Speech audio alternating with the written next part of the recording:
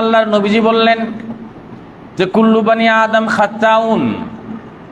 আল্লাহ রাব্বুল আলামিনের হাবিবে কিবরিয়া বলেন বনি আদম মানুষেরা গুনাহ করবে, অপরাধ করবে, এটা স্বাভাবিক। প্রতিটা বনি আদম গুমরা, প্রতিটা বনি আদম গুনাহ করবে, অপরাধ করবে। শয়তানের ওয়াসওয়াসায় পড়ে হোক, যে কোনো ভাবেই হোক, এনিহাও তারা গুনাহ করবে।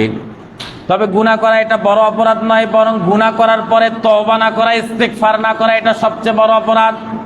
আল্লাহর নবীজি বলেন কুল্লু বানি আদম খাত্তাউন, প্রতিটা বনি আদম তারা গুনাহ করবে।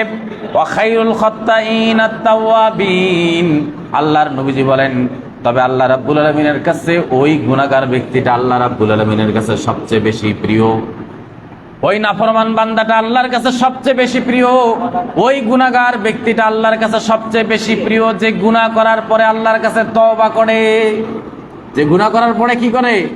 তওবা করে।